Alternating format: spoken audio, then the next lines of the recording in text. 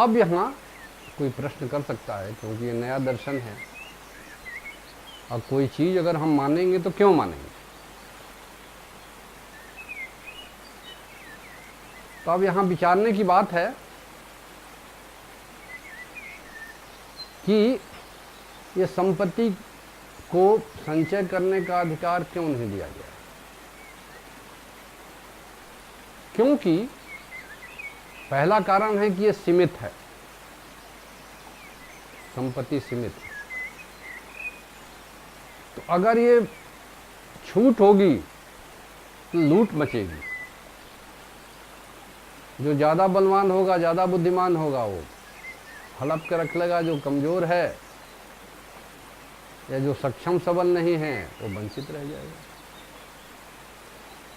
ये पहला खतरा है। तो फिर समाज में असंतोष फैलेगा, जैसा आज है। आदमी बोलते नहीं है लेकिन असंतोष तो है। इसलिए धन सीमित होने की वजह से सीमित इसलिए है कि कितना भी बड़ा दिख रहा है लेकिन उसकी सीमा है। और मन असीम खोजता है।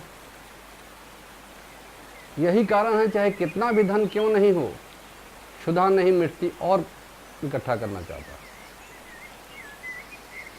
और जमा करना चाहता है। तो धन की क्षुधा असीमित है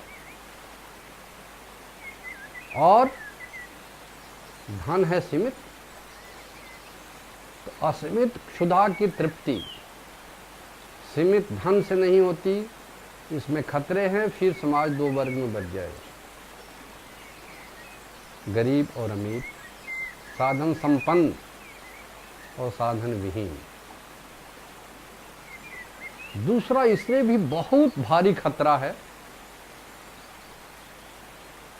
कि जिसके पास साधन नहीं है वो तो खाने के बगैर कुपोषण से परेशान होगा, और जिसके पास साधन है वो अजीर्ण से। उससे भी बड़ा खतरा है कि जड़ चिंतन करते करते उसकी बुद्धि भी जड़ होगी।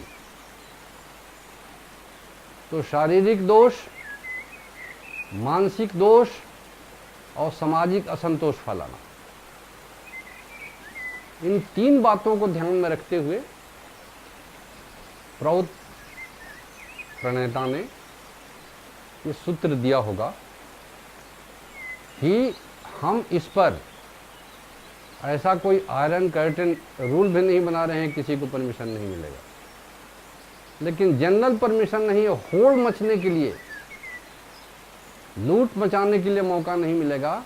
जनरल सिद्धांत होगा कि कलेक्टिव बॉडी के परमिशन के बगैर धन संचय का अधिकार नहीं है।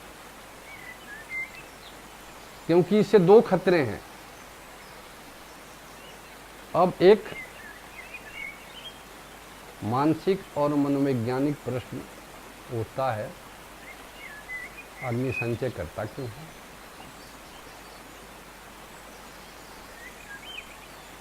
संचय की वृत्ति मनुष्य मात्र में स्वाभाविक है।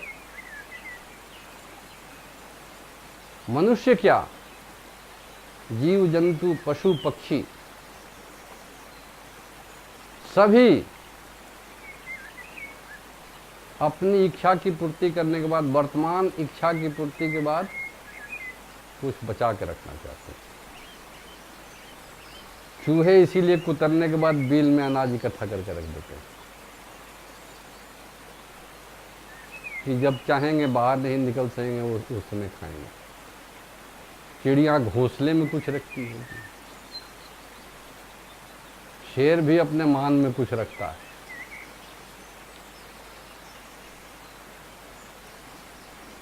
तो इसका कारण है व्यक्तिगत,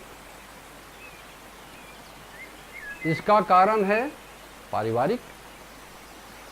व्यक्तिगत कारण है कि सोचते हैं कि भाई हम कल काम करने लायक नहीं होंगे, तो कल हमारा काम कैसे चलेगा, इसलिए थोड़ा सा रख लो।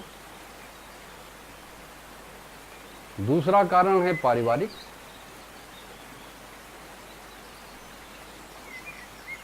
परिवार के लोगों को ध्यान में रखते हुए भी आदमी संचय कर लेता है। कि कोई ऐसी परिस्थिति हो गई परिवार की, उस समय हमारा ये धन काम आएगा, उस चिंतन से भी हम संचय करते हैं। तीसरा है सामाजिक। धन संचय करके रखेंगे तो हमारे समाज में प्रतिष्ठा होगी, बड़े लोग हैं, बाबू साहब हैं, सेठ जी हैं, माना ऊंचा आदमी है समाज में, तो सामाजिक प्रतिष्ठा के लिए भी आदमी धन संचय करता है। एक कारण और होता है कि मनुष्य भविष्य की चिंता करके भी संचय करता है।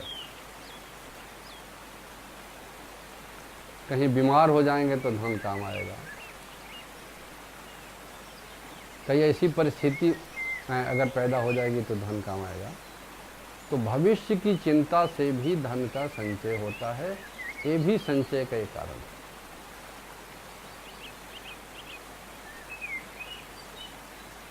और सबसे बड़ा कारण है मानसिक सेटिस्फैक्शन के लिए, कि धन रहेगा तो हमको जरा सुख मिलेगा, हमारा इतना धनवान। इन कारणों से आदमी धन का संचय करता है। अब चूंकि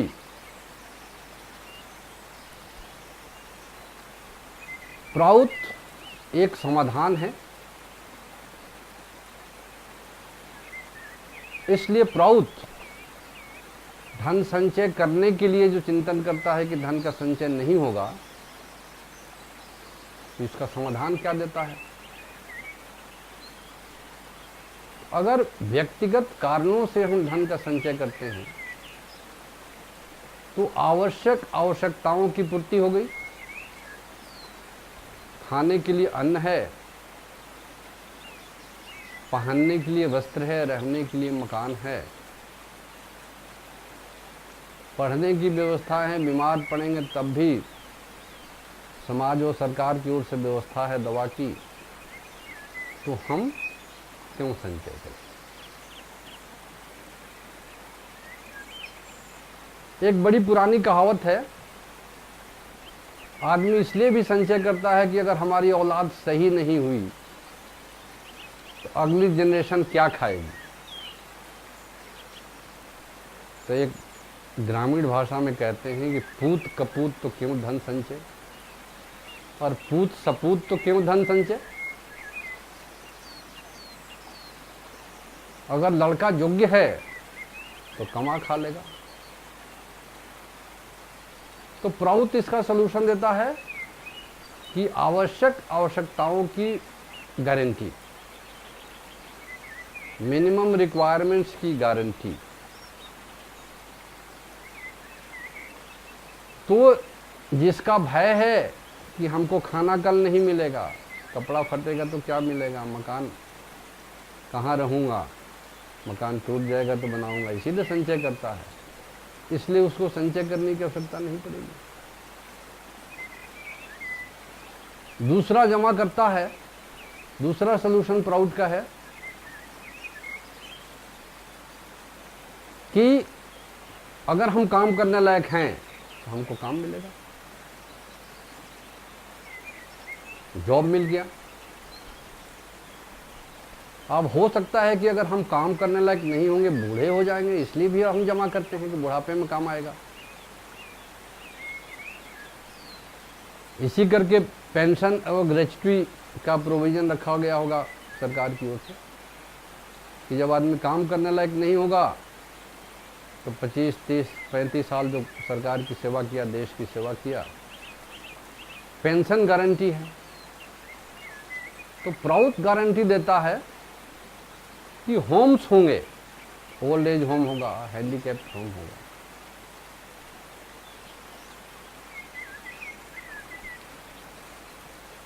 और हर प्रकार की गारंटी है समाज में, तो क्यों संचय करेंगे?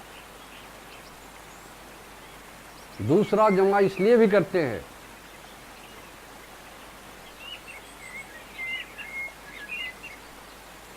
कि हमारा मान लो कल को कोई चीज महंगी हो जाए बाजार में अफवाह फैलता है, बाजार में नमक नहीं है,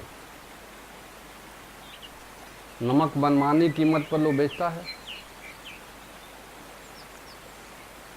उस चिंता से भी आदमी जमा कर लेता है, चलो हम भी 5 किलो नमक रख लें, पता नहीं कल को क्या भाव बिकता है। तो हमको अगर माल कल को मिल जाएगा तो आज जमा करने की क्या जरूरत है।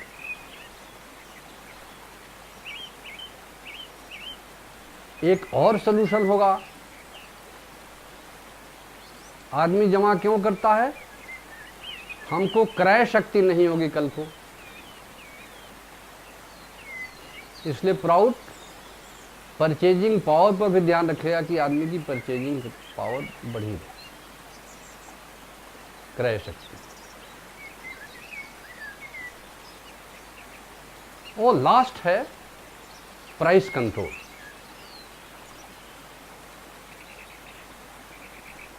हमको एक बात समझ में नहीं आती है, आपको भी विचार करना चाहिए। जैसे अन्न है, गेहूं पैदा हो गया अप्रैल मई के महीने,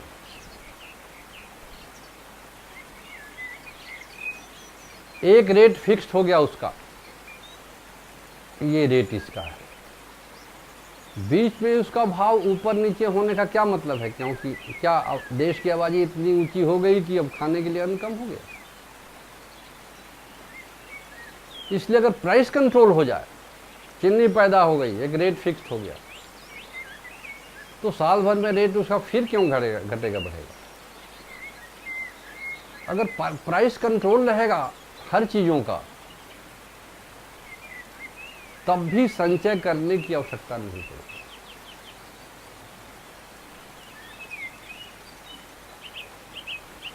तो समाज के आदेश के बगैर धन संचय नहीं करने दिया जाएगा। उसकी प्राउड की ये व्यवस्था है। इस व्यवस्था के साथ इतनी बात करने पर प्राउड का पहला जो सूत्र है, इसको हम अपने सिद्धांत के साथ व्यवहार में उतारकर समाज में अमन चैन फैला सकते हैं। इसमें किसी को असुविधा नहीं होगी, हर वर्ग संतुष्ट रहेगा, शरीर से मन से आदमी निश्चिंतता की जिंदगी उसमें बिताएगा, किसी को उसमें कोई तकलीफ नहीं होगी। इसलिए ये सूत्र प्रकृति के उपादानों की व्याख्या करते हुए व्यवहारिक तौर पर, क्योंकि प्राउड प्रणेता केवल चिंतक नहीं है, समाज के नब्ज को समझते हैं, व्यक्ति की पीड़ा को समझते हैं, और तब इस आधार पर उन्होंने सामाजिक आर्थिक सिद्धांत व्यवहार में उतारने के लिए दिया। और उनका लक्ष्य है कि किस प्रकार से आदमी अधिक से अधिक सुखमय जीवन बिता सकता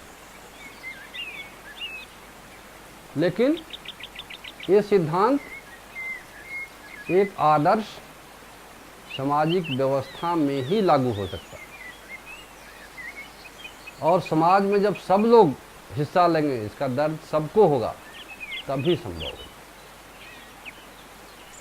आदमी जब जिम्मेवार बनेंगे, इसको दिल से कबूल करेंगे, तब इसका फायदा सबको मिलेगा। तो जिस दिन ये संभव होगा कि हम सुखमय जीवन चाहते हैं, हम मिल करके रहेंगे,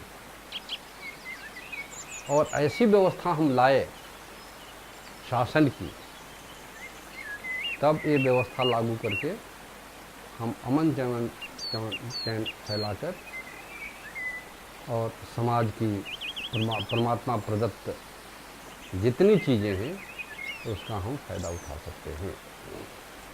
ये हुआ समाजादेशेन विना धन संचय और कर्तव्य।